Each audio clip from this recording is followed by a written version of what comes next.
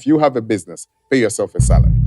The salary keeps you on check. Okay. It creates a discipline for you. So it means now your lifestyle, you build it around your salary. What does discipline look like? When you're building a business or setting up a business, is don't build it around you.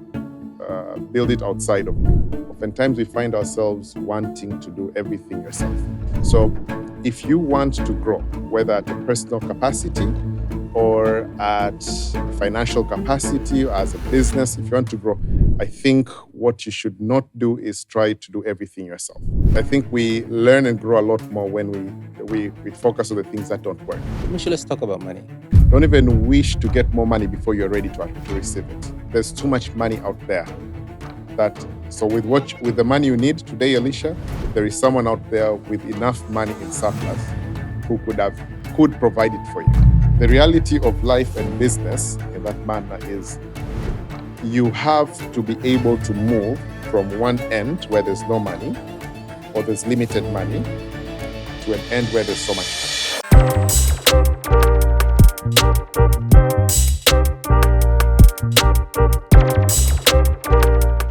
Ego can be very expensive, and perfect is the enemy of good. In this episode, we're going to talk about self-awareness. We're also going to talk about taking ownership in everything that we do, good or bad. And more importantly, tutaongelea ni jinsi gani unaweza kuwa mjasiri wa mali hata kwenye ajira yako. Mgeni wetu wa kutupiga msasa siku ya leo ni Rumisho.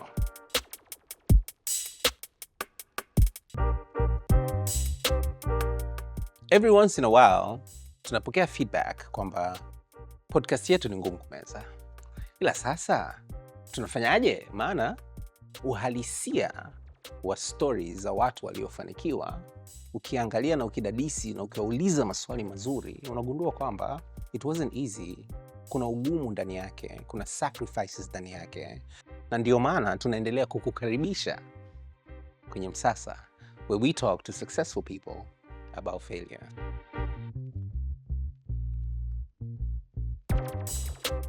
Rumisho. Yes. Mambo. Poa. You got on kuitaga by your second name? No.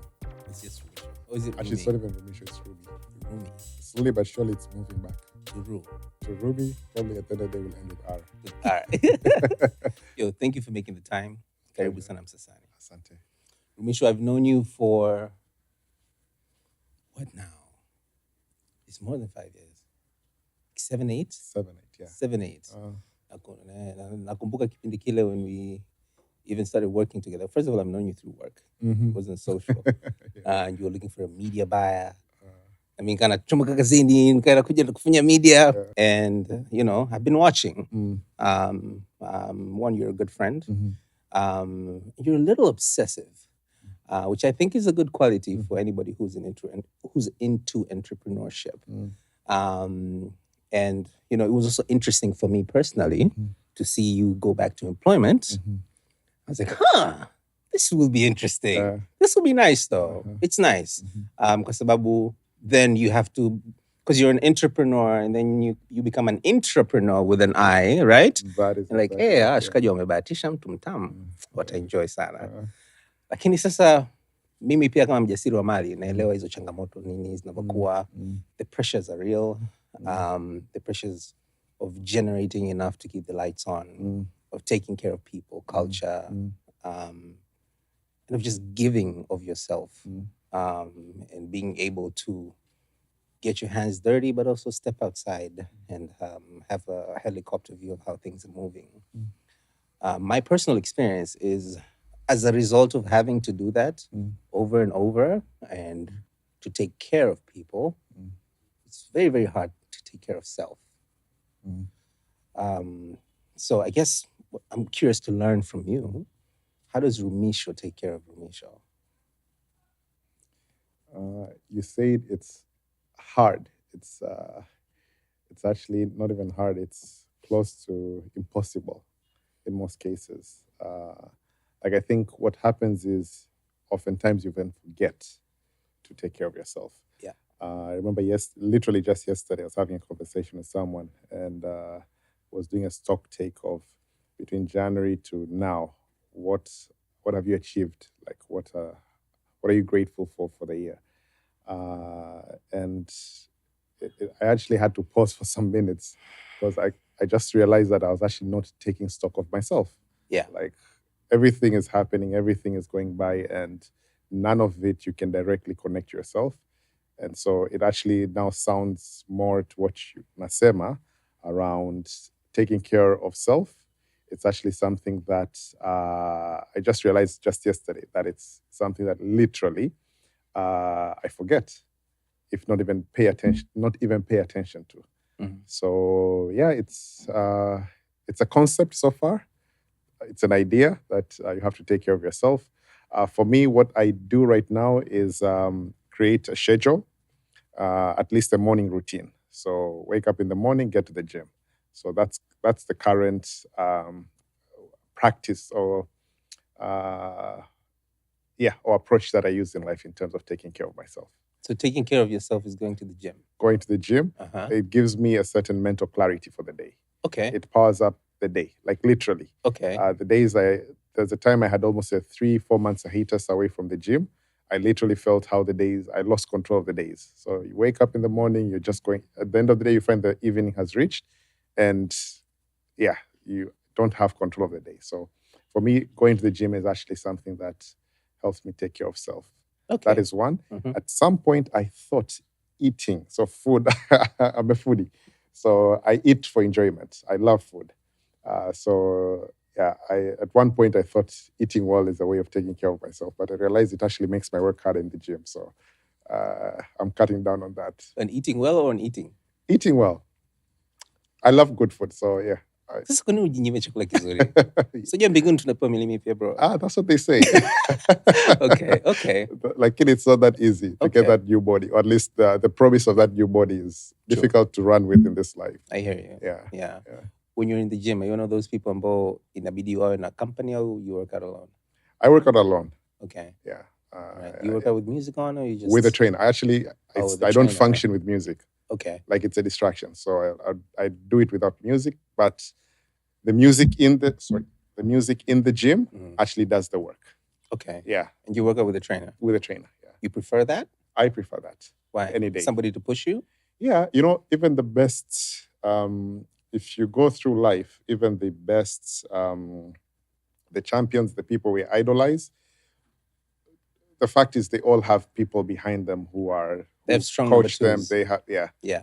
So you can't, of course, you have to build the capacity to also train yourself and push yourself. Yeah. But I think the fact of waking up early in the morning and actually making it to the gym, that for me is enough training for myself. I now need someone to actually walk me through that day. It helps to create structure in the whole time in the gym. Okay. Because you can easily find yourself doing things that don't make sense. Either you can be distracted with phone, conversations, and the trainer helps to keep you in check. Okay. Yeah. Okay. And what are your thoughts on things like mental health, spiritual relationships with peers? How much space does it occupy in your ecosystem? It's everything. Like the whole ecosystem is built of that. And without that, literally, they can't be me. In the sense that the fabric of life, or every day, every interaction, every moment in life is you have people around that you're interacting with. So whatever relation, regardless of how close it is, like every conversation. So I like meaningful conversations. Okay. So I would rather maintain a small circle, but quality conversations. So I think that is one way of speaking around the ecosystem. So have the right people, have right conversations, have meaningful conversations. And then spiritual, I think it's important. Like the whole idea of life is there's a higher being that we all do not have factual evidence of, but we have like the whole belief system, our whole lives are, there is definitely something more superior than all of us that's actually defining everything that is happening. So I think that that's the key element of the life ecosystem. So spiritual definitely is key, and it comes from peace of mind. So for me, at the end of the day, it all boils down to peace of mind. Like how peaceful are you with everything that you do, the decisions that you make, the things that you do. You have to strive to get peace of mind. Just be at peace. And I think that goes down to what now you're asking about mental health. It's mental health is becoming more complex, even more complicated, even because of how our social dynamics are changing and changing really quickly. From a time where you could sit mtaani with some guys, mnaongea, you talk about things and vent, to a time where everyone is behind their phone. You're sitting out, everyone is behind their phone. To a time where you ask everyone, how are you? Everyone tells you, I'm good. Like I usually challenge people. You ask everyone, like, how are you? Today, Elisha, you'll tell me you're fine. Like at any time of the day, at any time of the year, I meet you, I ask you, how are you? You'd say you're fine. But in actual fact, there are probably days where you're not really fine. But the default response is I'm fine, which speaks more to, we find ourselves most of the times maybe harboring things or holding on to things that are actually eating us up more inside. And we either make ourselves go in the current words, delulu or delusional around them by the distractions that happen around. But yeah, it's a real challenge. Yeah. So for me, I strive for peace of mind. Yeah. I've learned to appreciate peace above many things. Yeah, kwa sababu was the last week I buried a friend. Sorry. Asante. Alikuwa na low blood pressure. Mshikaji tu, our age, 34, 5 hapo. Lakini mshikaji pia bwana alikuwa na mental health struggles. Yeah, really depressed. Biashara iendi, ndoa iendi, vitu fulani ambavyo amejiwekea kimalengo. Unajua, by the time I'm 30, I'm gonna be I said, no more. I have mine that I it's not a laughing matter, but alikuwa hana amani. Na alikuwa hana amani kiasi cha kwamba nasikia akati hata alivyokuwa hospitali alikuwa anaambia tu watu, bwana, mimi nimechoka. Just tired. Yeah. So I hear you. Yeah, peace of mind is key. And the price sometimes that you need to pay for peace can be high, but when you don't pay for it, that price is even higher. Yeah. It comes with a lot of lessons. Comes with a lot of lessons in terms of how you move, how you make decisions, how to react versus respond. For instance, that's something, it's a big difference, but it's small. Like, kitu kikitokea, am I somebody who's reacting to this or am I responding to this? And which one do I want to be doing more of? So I guess something else I'd like to learn from you is, over the years of working and kuanzisha biashara na kufanya kazi, kufanya bizdev, kupishana na watu, kukutana na yule mshikaji wetu ambaye anapoteaga tu. Yeah. What's one thing that you know now about work that you wish you knew when you were starting out? Wow. Shoot, there's a lot there, my friend. There's a lot. What's one thing? Okay, what are some things then? Some things, some things I think make most. Okay. There's a lot. So you mentioned something earlier. I am entrepreneurship. Yeah. And you mentioned entrepreneurship and intrapreneurship. Yeah. And I think I lived through both of them. And one thing that I pick out, and especially when I went through my journey over the last 4 years with Watu of intrapreneurship, where you're inside an organization. 4 years already. Actually heading for 5 now. So when you speak of a journey of intrapreneurship, I think for me, one of the key things that I've taken out is the sense of ownership. And in most cases, we think ownership is something that you own 100%. Especially when you come to the entrepreneurship circle. Someone thinks I own a business, and owning a business is owning it 100%. When it comes to in the intrapreneurship, or in this case, I would say in the employment side of things, in working for someone's business, oftentimes people don't think of it that it's my business. Always people think that it's someone else's business. I'm just working for my paycheck. So I think one thing that I would pick out from these two sides of the world is the sense of ownership and what ownership means. Ownership, for me right now, ownership doesn't mean owning something 100%. It could be even owning it at 0. But I would still say I'm an owner. So today, how I approach Watu as an owner of Watu. So, and it has helped me, I think, navigate so many things and achieve so many things. I have businesses of my own, which I also don't own everything. So the whole idea of ownership is really around taking full responsibility of something and being integral, or having integrity, self-integrity with it at 100%. And integrity, for me, integrity, how I define it, is not what you do when people are watching. It's what you do when people are not watching. I have a big problem with people who drink water or take something, let's say driving, or you're in a transport, you're consuming something which is packed. You finish, unafungua dirisha, you throw it out. I have a big problem with that. Like so many people who I've rode with, and they see that, they see me. I would finish what I'm having, I would leave it in the car. I'll literally throw it in the car. I'd rather have a messy car inside than hata kama ni, let's say, a banana peel, ganda la ndizi. I know it can decompose, nini, natural, good for the environment.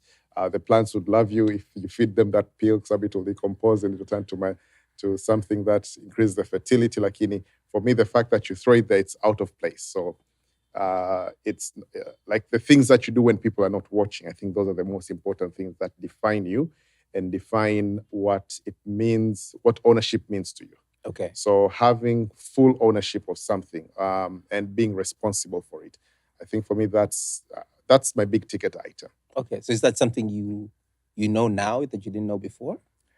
Yes. So what did you think it was before? Before, I probably didn't think about it actively, or I didn't understand what it means. I was not conscious about it. So another thing, maybe a personal thing that I see in life is just being conscious of things that are happening. So unajua kuna vitu ambavyo lakini, or they're happening to you, or they're happening around you, like just because you're not conscious, you're not present, you won't realize them, or you won't draw the experiences or the lessons from them. Yeah. So for me, it's probably things that ownership and everything around it, maybe it's something that was there, I maybe embraced, like I was not fully understanding it or being present about it and being cautious of,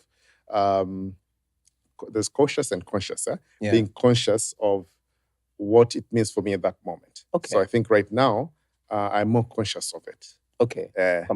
And it makes me more cautious, Sasa, basically, of how I handle my activities and interactions. Consciously cautious. Yes. Are you rhyming on purpose? I'm trying. You could have been the rap ambassador. In another life. In another life. What made you accept a job offer at Watu? Hey, yeah, that's what made me accept it. So I've never worked for someone else, in the form of a employment structure. Yeah. Though I have always been employed, even in my own undertakings. So I've always treated myself, even in businesses, that I am an employee of the business. I sort of built that thinking earlier on. So even in my own businesses, I would pay myself a salary. So it's not like because there is this amount of money that has come in, chukua gawana, iacha kwenye biashara ya kwako. So I would always just have a salary even in the business. So for me, that transition wasn't very complicated because I was already employed in my own business. It's just that I'm now employed in a business that I do not own. Yeah. So what made me accept it, I think, after doing actively 100% trying or working on building my own businesses. I think I had gotten to a point, and it was at that moment where I was in a phase where I'm thinking there has to be something more to business than where I am at right now. In terms of how to approach a business, how to build a business, how to scale it, and business models and tools of business. So I think I was in that process of thinking around that. And then I know theoretically, you can't sit in a classroom and learn how to build a business. You can build up on your skills a bit, but everything happens in practice. Yeah. So some things you learn by doing. Yeah. And this was a time where you meet people who are basically building something. Yeah. They are moving from one country to another, trying to build a business. Like, not building it from perspective of a corporate structure. So it's a business with structure, but without structure. And it's starting out. It's at the grassroots. So for me, it was like something that is not my own, but something that you can build in your own way. Because you were starting with it from scratch? Yeah. Okay. Yeah. Were you employed literally from scratch? No, not number one. It was literally in its very early stages. Okay. So I think it was probably 3 months in. Okay. Since the process of getting started. Okay. So things were still very unstructured. Okay. There was a lot of chaos. So I think I liked the chaos that is there. The fact that it's a blank paper. So you're just given a blank piece of paper, a white paper, and you have to draw what it means. Like, you have to draw what it should be. Okay. So you don't have any rules. You don't have any. You don't have keys. No one has given you a password. Yeah. So you have to basically figure everything out. Okay. Yeah. And you've started a startup before. Yeah. Technically, what is kind of a startup-ish? It's just a startup with money. Yeah. It's like a baby on steroids. What are you learning? Like, how's the last 4 years been? Can you first of all tell us a little bit about Watu, and then. So what we are asset finance business. So we do asset financing. We're microfinance, but specifically focusing on asset financing. So we have 2 classes of assets that we do. So we're very specific on our product. So we have the mobility product. So this is where we do border tuk-tuk financing. And then we have smartphone financing. So this is the sort of our new baby that we've been growing for the last 3 years, doing smartphone financing. So, it's been also another big baby on steroids. Okay. Yeah, and what's it like being a leader at Watu? Because I'm pretty sure there's differences. Differences, one being scale and ability to scale. I'm going to use the term fuel because money is a means to an end, right? It's not the end itself. But there's fuel now than previous. Yeah? And then there's also, you were accountable in a very different way than you would have been before with a startup ambao umeanzisha na washikaji. Unajua, Elisha nitampanga tu. What's been the lessons up so far? What things are popping out? What are the things that you're seeing that you can borrow? And also, what are the things that are similar? Kwamba bana, bado at the end of the day, this is this.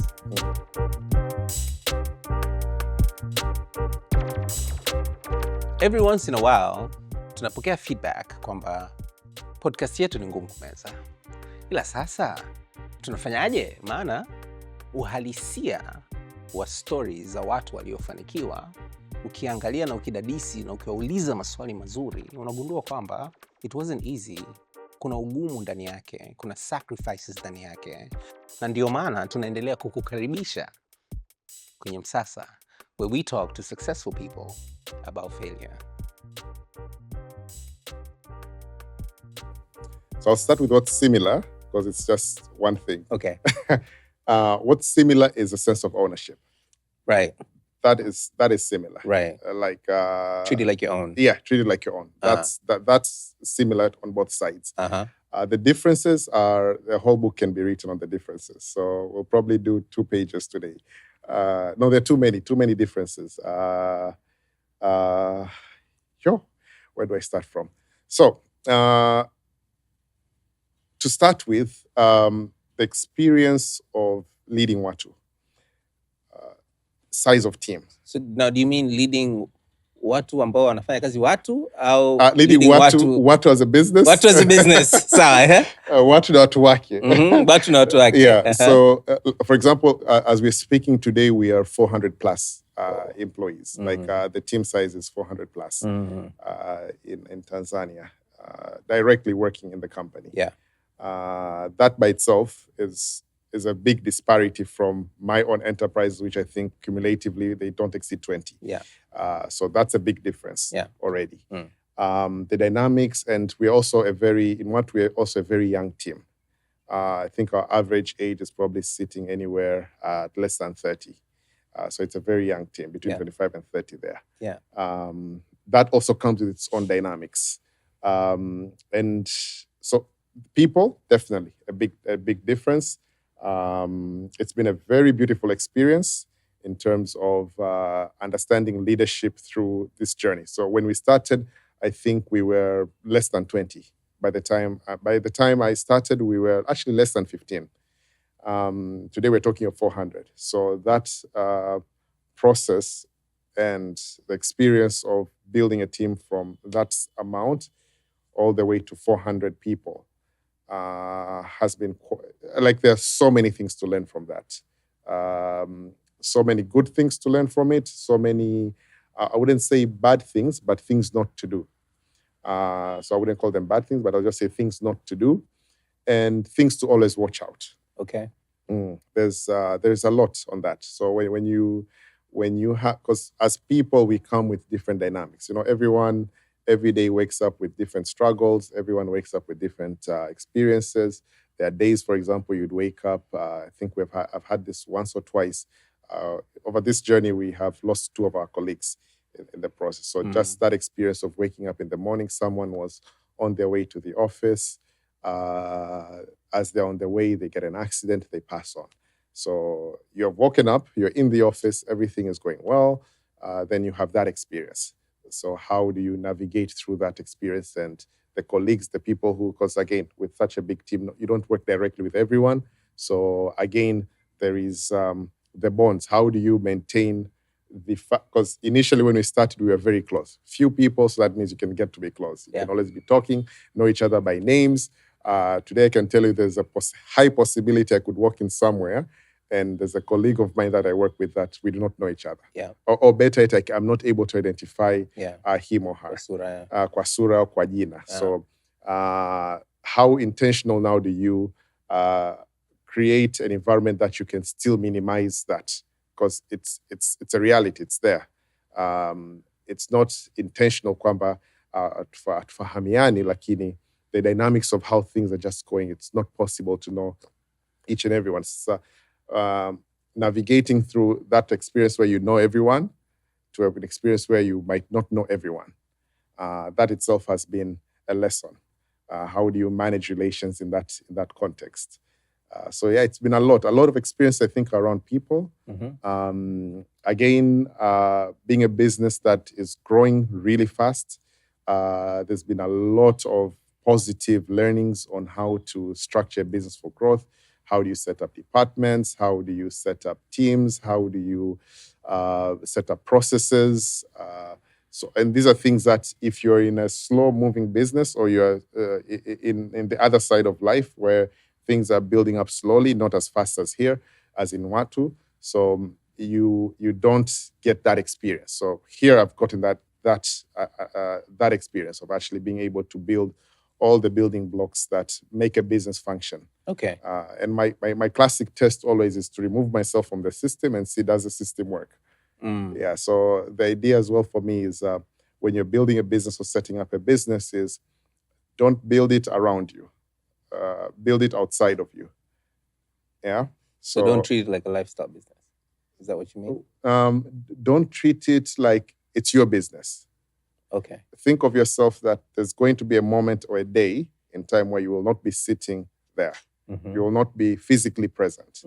Will things still work? Okay. So it's about systems and processes. Yeah. Okay. So for me, that's how I operate. Like I put myself in, then I take myself out and see that do things work coherently. Okay. Are people speaking? Are people connecting? Is there synergy? Is there are people collaborating? So all those things, you have to create them. Okay. And what are the things not to do in terms of like setting up, launching a new business in this market?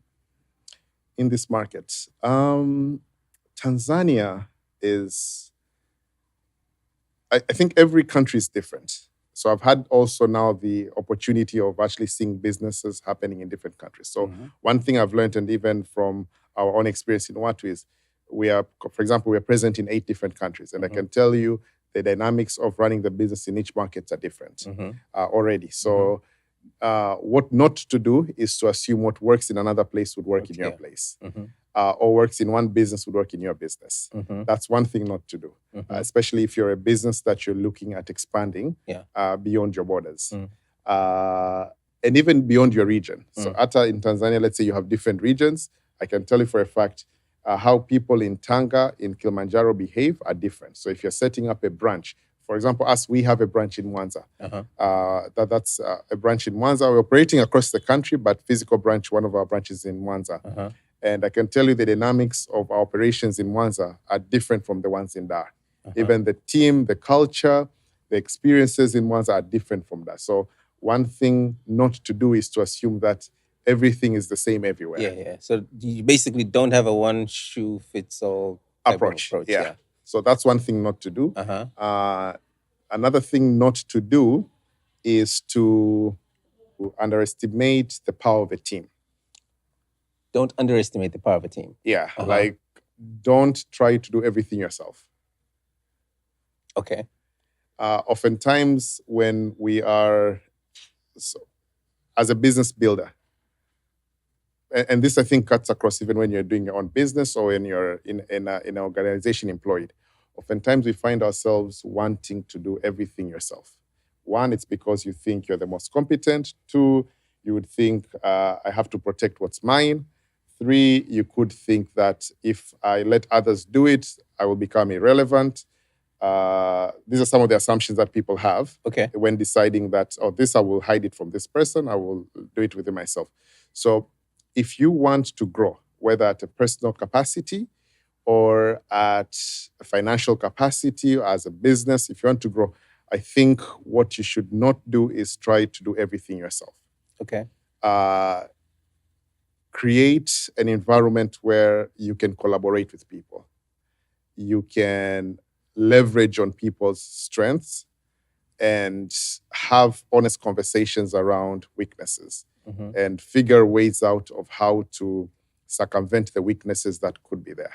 Because at the end of the day, everyone has a weak spot. Everyone has weaknesses. So the question is not how do you turn these weaknesses into opportunities for you to solve them in the best way that you can, so as you can achieve what needs to be achieved.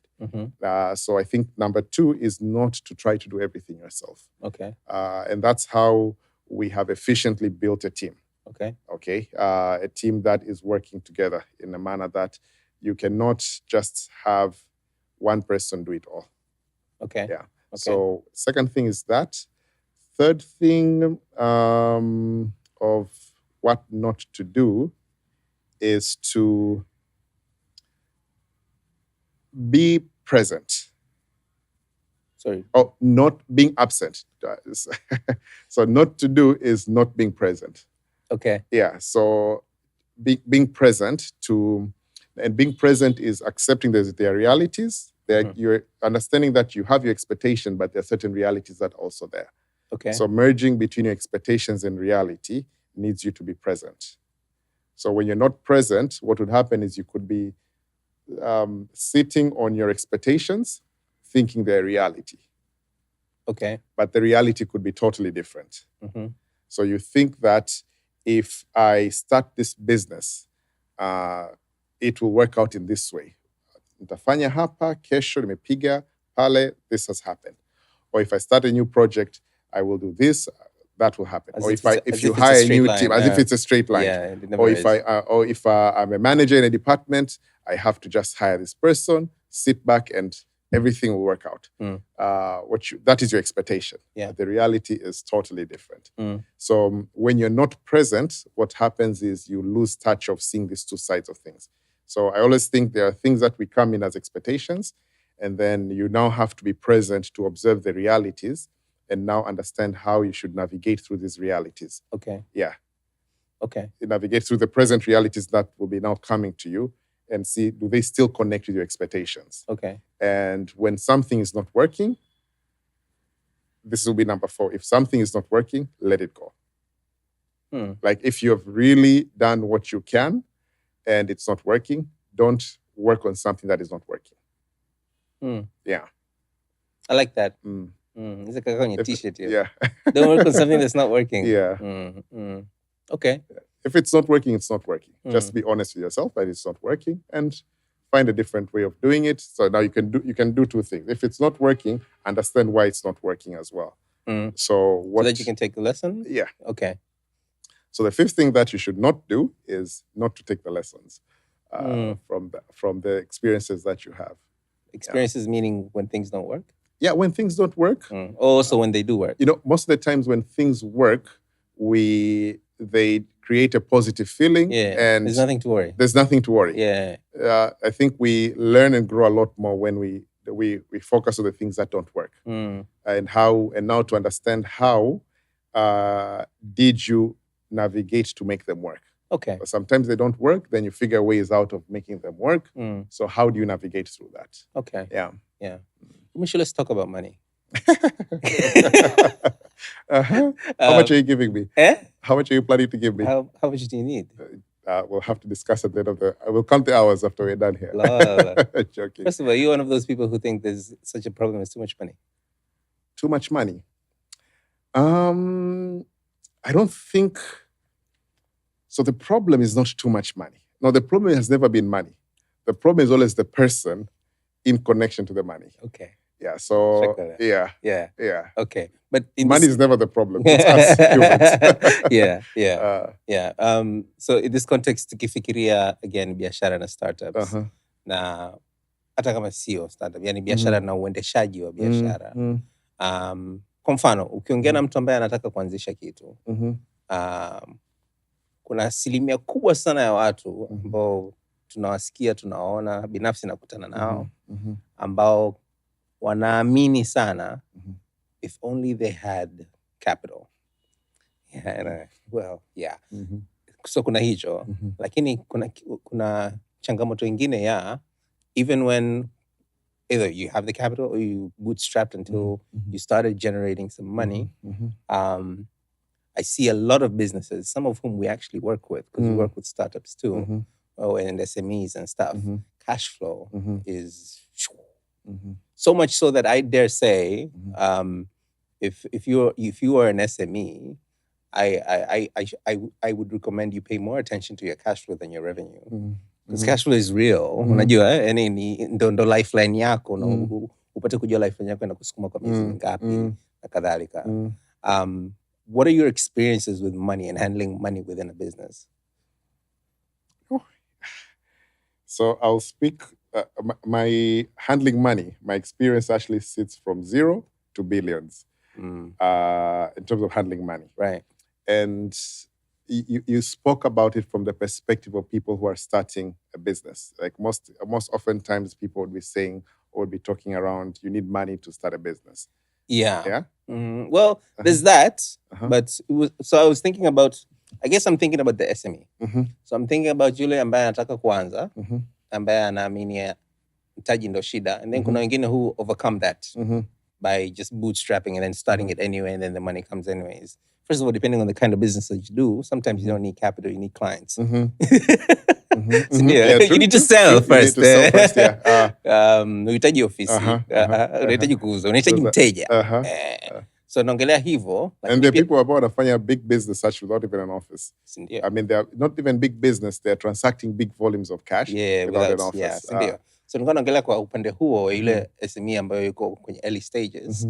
Lakini pia hata kuna yule ambayo yuko katikati, lakini and they're generating, but money is still a problem. Like, ndo kinachomuumiza kichwa kila wakati wote. Pamoja na vitu vingine lakini pesa ni changamoto. Wewe experience yako imekuwaje na kumudu hiyo issue? So money, the number one, there are two sides of life. There are two sides of this coin.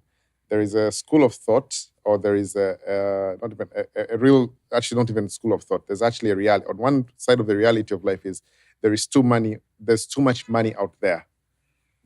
So with the money you need today, Elisha, there is someone out there with enough money in surplus who could provide it for you. Okay. So when you look at the grand scheme of things, there is so much money out there for you. Okay. At any stage of the business that you're in, whether you're in the large corporate side, mid-corporate side, to small businesses, Okay. SMEs and small businesses, there is so much money out there for you. And then on the other side of the coin is there could also be a very scarce amount of money for you. Now, these are two ends of the road. Yeah, there's so much money and there's very little money for you. Now, what happens in between here is the process that moves you from thinking or operating from an environment where there is no much money or too little money to an environment where it brings you close to where there's so much money, to the point that people are actually knocking on your doors, wanting to give you money. So there are people here today, Elisha, who I can tell you that either it's in the SME business and they are growing, and these are the ones who graduate from SMEs, small businesses, SMEs to large businesses. Right. And as they are graduating, it means now there are people who are looking for them to give them money. Right. Okay? So the reality of life and business in that manner is you have to be able to move from one end where there's no money or there's limited money to an end where there's so much money. Now, what moves you here is discipline.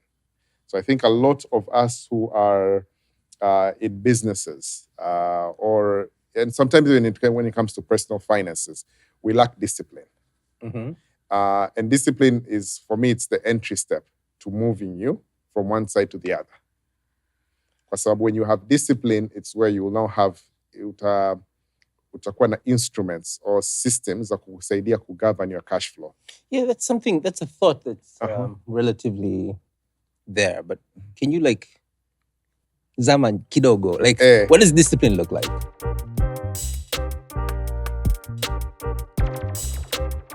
Every once in a while, tunapokea feedback kwamba podcast yetu ni ngumu kumeza.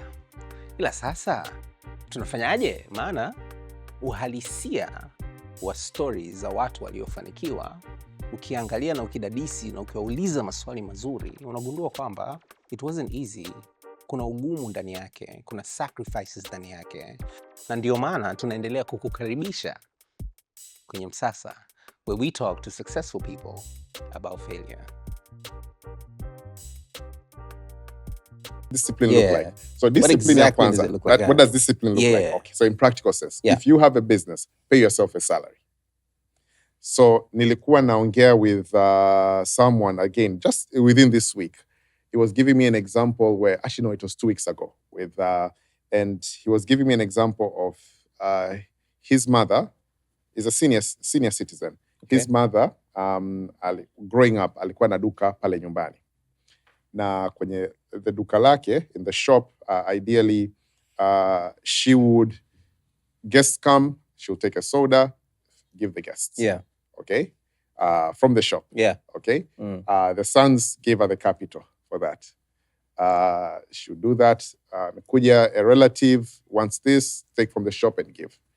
So little does she know she's actually withdrawing money from the business.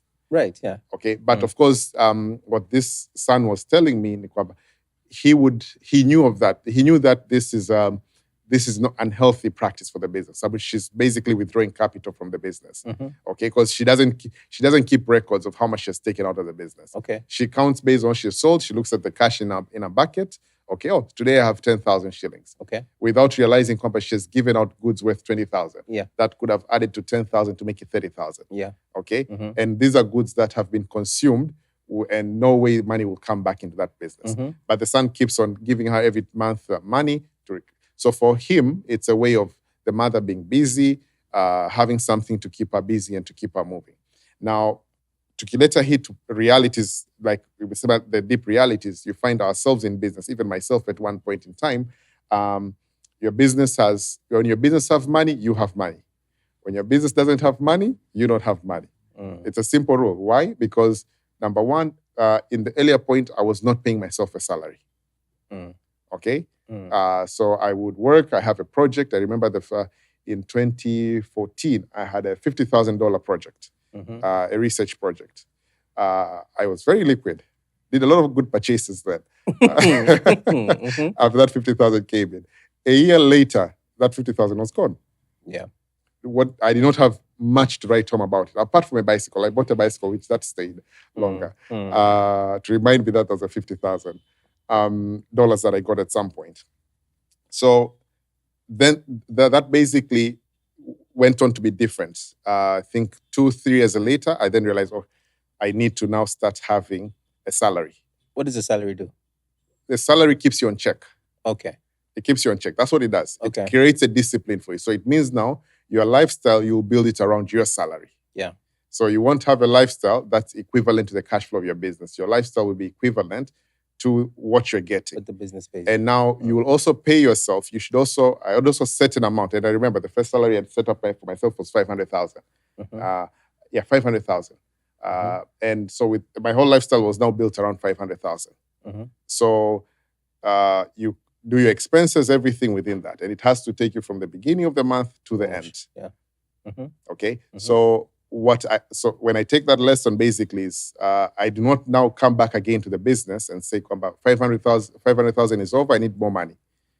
500,000 is what has to take me to the end. Okay. So a lot of times, so that created a discipline. Okay. Okay. So that's what I'm saying, that a lot of us, especially for the ones who are in business who are self-employed, they lack that discipline. For others who are also in employment, you have a salary, but does your lifestyle fit your salary? Okay. Okay. By that, it means you also have to be realistic to yourself. Yep. Okay. In terms of is the lifestyle you're living equivalent to what? Because there's also social pressure. You're in a work environment. You have different tiers of people in different levels with different lifestyles, according maybe to the income. So if you're in a tier that does not accommodate a lifestyle that's on another tier, and you try to live that lifestyle, at the end of the day, lazima utaumia. Yeah. So you find a lot of us who are in employment now is you're living a lifestyle that is not equivalent to your paycheck. Okay. Okay. Back to business. So yes, we've got discipline in terms of, pay yourself a salary. Why? Because it keeps you in check. What else? That's one. 2 is manage your expenses on the business. And how do you do that? By doing projections and sticking to them, or by avoiding ad hoc expenses, or? Knowing your business, it starts with that. Knowing your business. Knowing your business. Knowing your business and know what works for your business. And how do you make money out of your business in the most cost-efficient way? I'll give you an example. When at some point I was in the service business. Service business is, and I remember I was doing it from a car. Literally, I would wake up in the morning, get on the road, go to clients, corporate clients. Most times we think we need a very fancy office, okay? So when you're setting up a business, your imagination is, I need to rent an office, nice, good furnitures, and sit there. Who are you doing that for? You're doing it for your ego. You think, clients will come. Trust me, if you're in a B2B business, you go to them. In the early stages, you go to them. Yeah. And you can literally...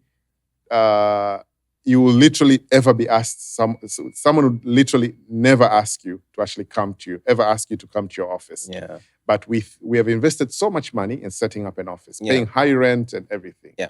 Now, the question now is, when you know your business and you know what really works, ideally you now get to a space where you think, do you need the things that you think you need? Okay. Okay. The rent that you're paying, do you really need to pay that rent? Do you need to have the furniture that you're having? Do you need to have the space or the size of the office that you're having? Okay. So all these things basically go back to the cost lines. Now, when you don't think of that, or when you think of that from that element, ideally you see now you can cut down a lot of costs that are necessary. So understanding what makes your business work would allow you to really, and not just understanding, but also being realistic. I think from what I said earlier, we have expectations, but we need to be more realistic. And when you're more realistic, ideally, you now tend to think more practically and think on what really works. And calm down our egos, because ego is very expensive. Ego can be very expensive. Ego, the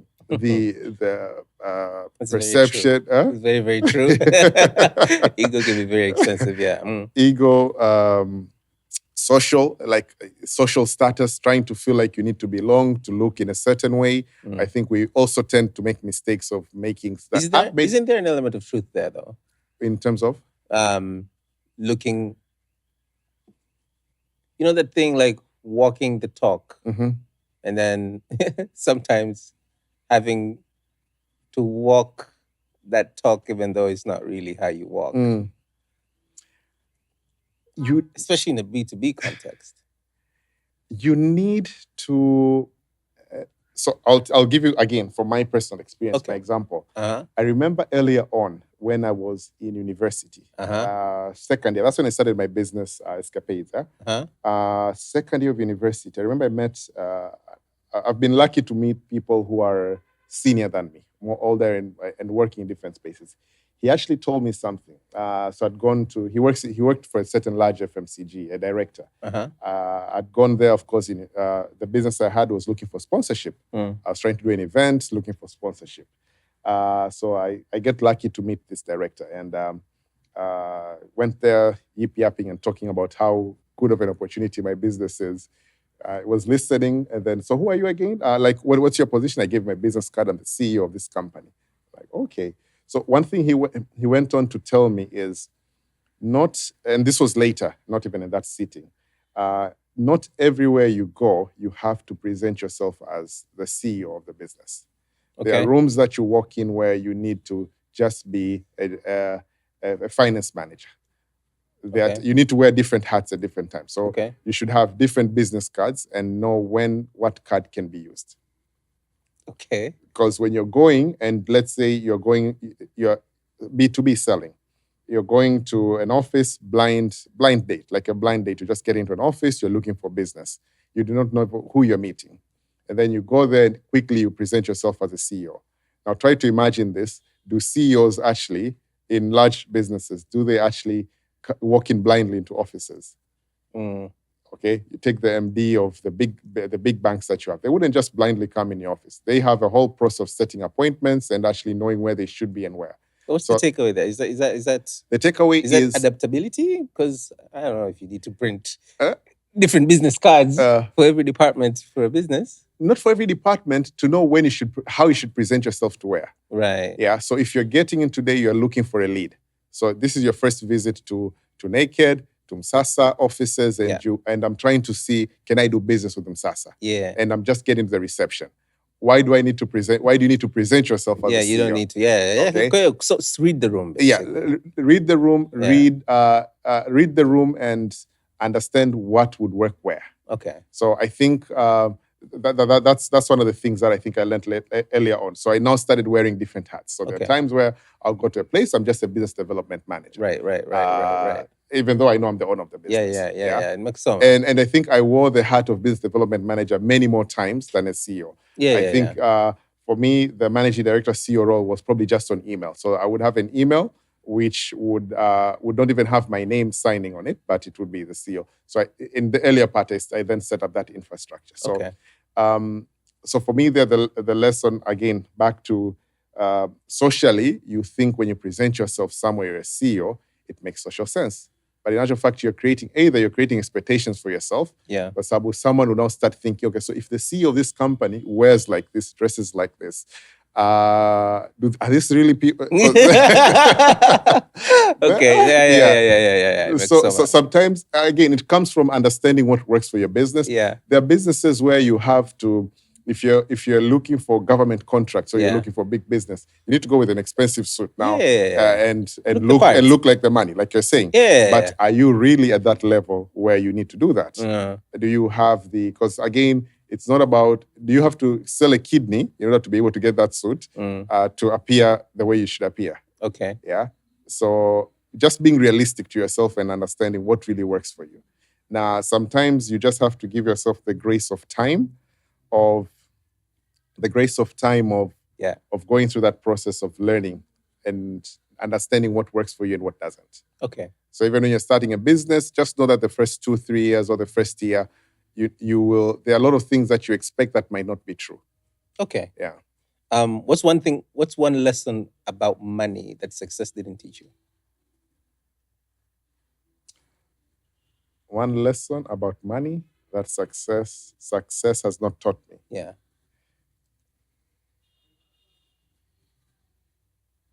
What it feels like to have $1 million in the account. What? What it feels like. Or how would I have an idea of how it would be, but yeah, what it would mean to have $1 million just sitting there in the account. Yeah, but what's the lesson? What's the lesson? Yeah. There's no lesson yet. It's yet to be experienced. Okay. Yeah. No, I think with money, you grow into it. Like, for me, money is not something that you have to create an absorption capacity for money. Okay. So today, 5 years ago, Elisha, if you got the money that you have today, how you'd have used it, how you'd have spent it would have been totally different from how you spent it today. Yeah. You know what you're going to Yeah. So for me, the one lesson about money is always prepare yourself to handle money. Yeah. Like don't even wish to get more money before you're ready to receive it. Yeah, easier said than done. But easier said than done. Yeah, but you have to be cautious. I think I'm going back to the point. You just have to be cautious, and it's difficult. Yeah, I've got some lessons that I want to share with you. Mm-hmm. One lesson that I would have been very quick to jump to and say no, but now, as we're, I guess, getting older and wiser, nakubaliana now. And you're not even yet at the age that the society considers. I said older. Ni kwamba pesa itafutwi inategwa. That is true. Like,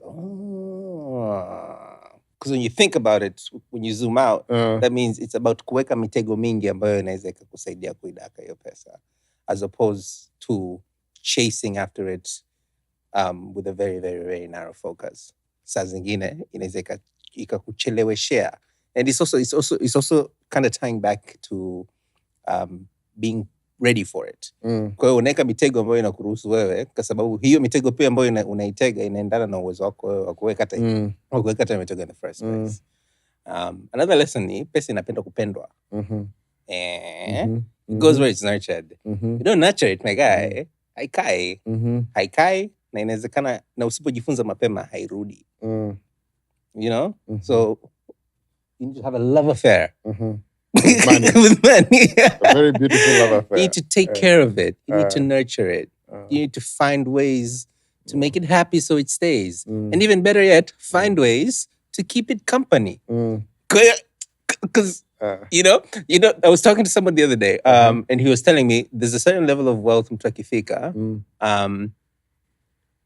Even if you put them on a plane and they're high up in the plane and they've got like $200 million in that plane. When they push it out, more money will still come back in than the one they're pushing out. And of course, he was implying like there's a level of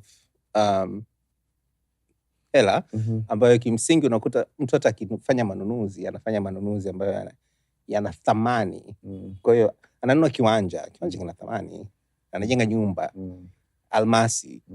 Like how Cristiano Ronaldo bought his girlfriend a $5 million ring. Well, yeah. And then, of course, for me, the biggest lesson about money has been cash flow. Cash flow is king. Cash flow is king. What's the worst business advice you've ever gotten? Worst business advice?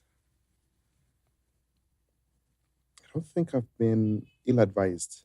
Really? I don't think I've ever been ill-advised. I think I've been lucky to have people who would always tell me things honestly.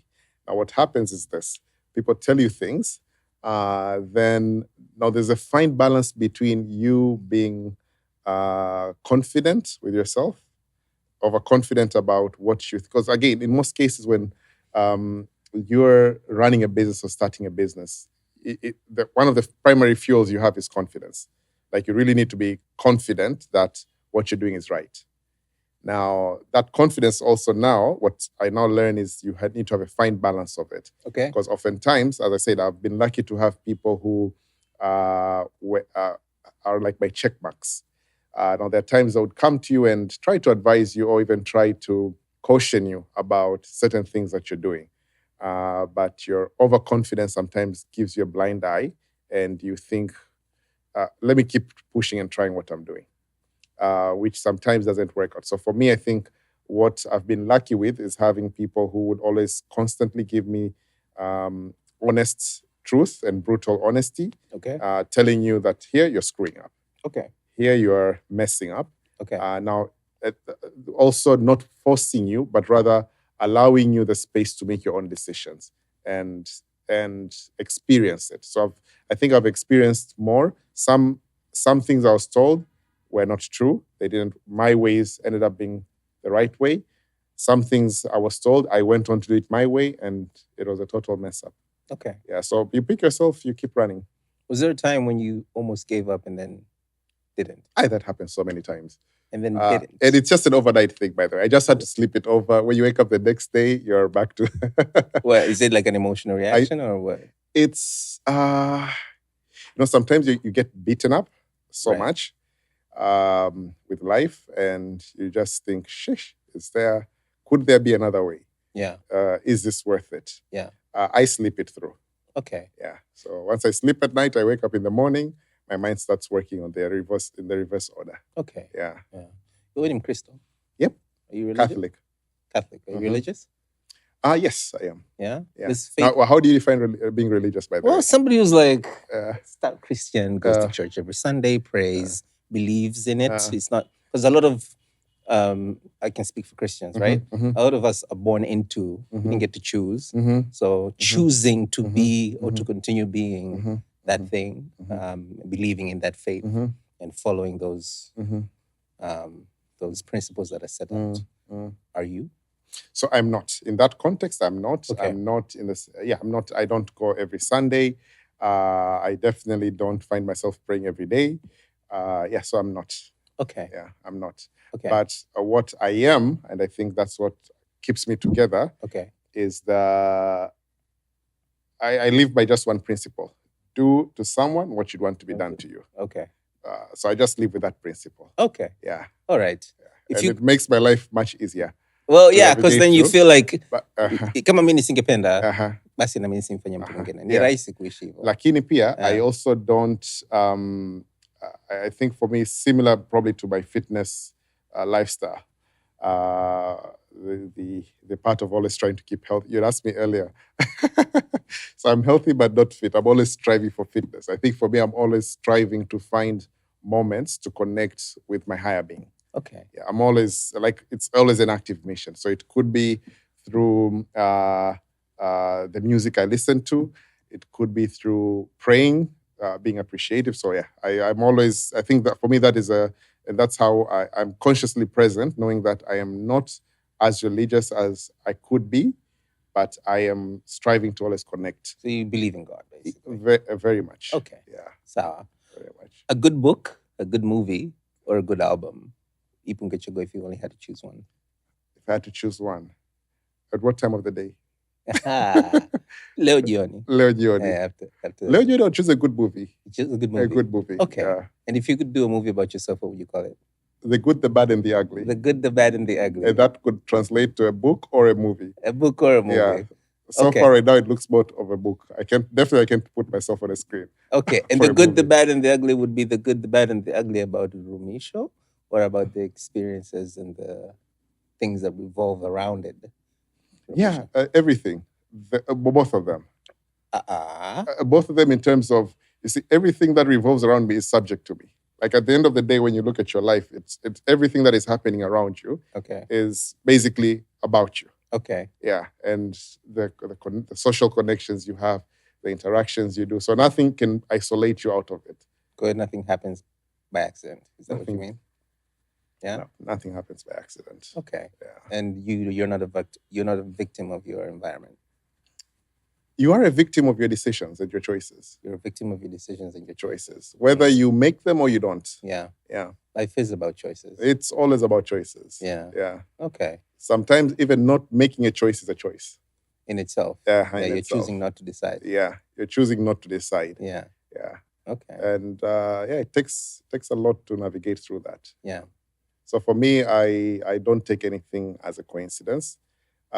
What could qualify as a coincidence, I think for me, is I would then tie it to faith. You would tie to it the to higher faith, being, like the higher power. God has, it's God coordinated. Being good or bad. Being good or bad. Okay. Yeah. What about ugly? Even the ugly part. Yeah. Okay. So yeah, the good, bad, and the ugly all are connected. Okay. Yeah. So we have a segment in the show ambayo inaitwa Njia Box. In that segment, so maybe let me take a few steps back. Our podcast inaitwa Msasa. And good name, by the way. Thank you. Good team. Yeah. And Msasa tukimaanisha nini? Unajua kwa mfano ulivyokuwa shule, ukiwa unakaribia pepa, unakana ile jamaa mwenye akili ile kupiga msasa. Yes, or like the way, carpenters use sandpaper to smoothen out the surface of something before they polish it. And kwa mantiki hiyo, lengo siku zote ni kupata msasa, kupata huo msasa kutoka kwa mgeni wetu. Mi binafsi nimepata msasa wa kutosha tu. Plenty of things to reflect on. However, in this segment now, we usually zoom in on one key thing ambayo kama ikitokea msikilizaji wetu au mtu atakayeangalia podcast za siku hizi zinaangaliwa kama ikitokea hajapata msasa kokote, basi kwa uhakika ataupata hapo. And it's opinion based. Sindio, it's based on your own personal experiences na kadhalika. Na kitu ambacho nataka nikuulize ni, so I want to talk about leadership. And because in many environments, kichwa anaweza akasaidia vitu vikaenda au vikaanguka. Na ndio maana anahitaji kuwa na uwezo wa kuhimili vitu vingi. Anahitaji kuwa na wisdom kiasi fulani ya kujua how to address certain things, when to address. I was listening to a podcast this morning, and they said something that's very interesting. One of the key things about being a leader or in leadership is making decisions. They don't have to be right decisions, but you have to make decisions. And then if you're wrong, you course correct na kadhalika. Sasa kama mtu ambaye amefanya biashara zingine ambazo zimefeli, many. Yeah. Na anafanya kazi kwenye biashara ambayo inakuwa na the future could be anything. Kwa msikilizaji wetu, mtu ambaye anatamani kuwa mtu kama wewe, anatamani kuwa CEO, an MD, a founder, an owner, anahitaji kuwa na kuhakikisha anajenga au anajijengea uwezo kwenye vitu gani ili kile kipengele cha leadership asije akapwaya? Leadership, okay. Kama nikiparaphrase, tusema ni kwamba what are the things, tools to leadership? More like, what makes you a good leader? What makes you a good leader? Yeah. So that if you don't have it, you can work on it. You can work on it. Yeah. What makes, I've never thought of myself as a good leader. So I think I'll now speak from a general context of what makes a good leader. Of what you think. What I think makes a good leader. The attributes of a good one. I think you need to be a good leader. You need to be present. You need to be honest. With yourself? With yourself. Okay. And with people around you. Okay. So presence, honesty. Okay. Mhm. And the third one is you need to be, what do I say? Strong. Strong in the sense of be, so I'm reading a book currently. It's called Good to Great by Jim Collins. And one of the things he was talking about is difference between rigorous. There's being rigorous and being, rigorous and aggressive. Actually, it's rigorous and aggressive. Okay. And being strong does not mean, in this context, it's actually being rigorous. Being rigorous in the sense that you need to know what you stand for. You need to know what your belief system is and what is the source of truth for you. But you also need to be wise enough to be open to other opinions and other different points of view from your own. And finding now a good balance of taking that together and making a decision. Mm-hmm. Mm-hmm. Make sense? Mm-hmm. So at the end of the day, you have to be strong enough to make decisions, but you need to be wise enough to know that the decisions you're making do not just affect you, they affect others, plus yourself. So there are certain decisions you'll do for yourself, because if you are not in the right space, everyone else will suffer. But there are certain decisions that you have to do for others, because if they are not in the right space, you will suffer. So finding that fine balance, it's like being a magician. So it's a constant work of being a magician. And understand kwamba, which is now the fourth one, is thank you. Understand that as well, there are times you'll make mistakes. You will not always be right. Mm-hmm. So you need to accept that you'll make mistakes in those moments that you'll make the mistakes, and know how to navigate through that and find a better way forward. Right. Yeah. Okay. What's something you believe in that most people don't agree with you? Wow. Let me think about that for a second. What do I believe in that most people... What do I believe in that most people don't agree with? That I think most people don't agree with?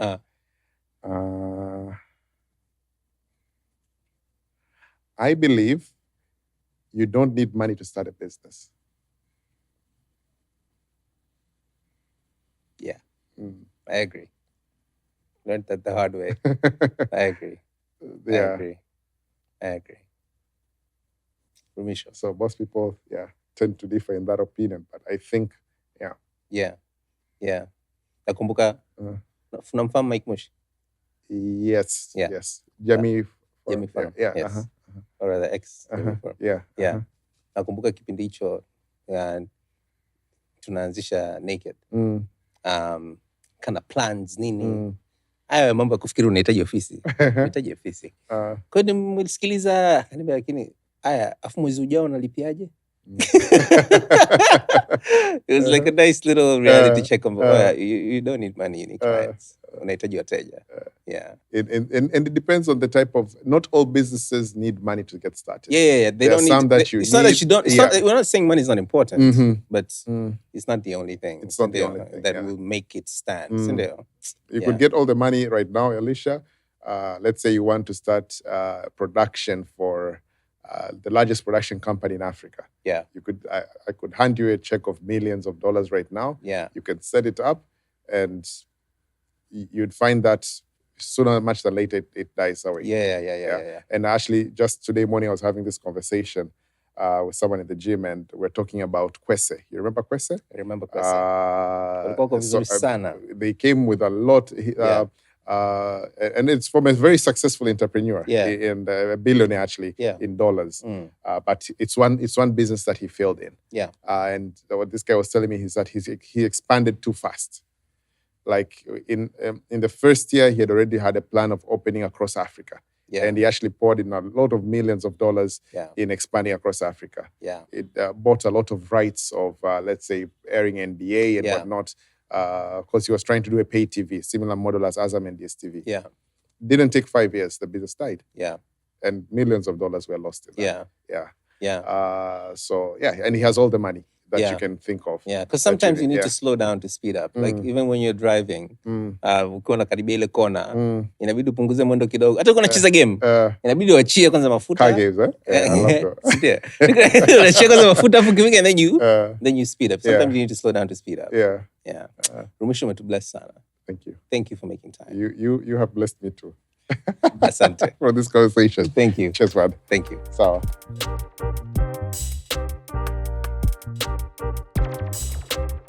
Every once in a while, tunapokea feedback kwamba podcast yetu ni ngumu kumeza.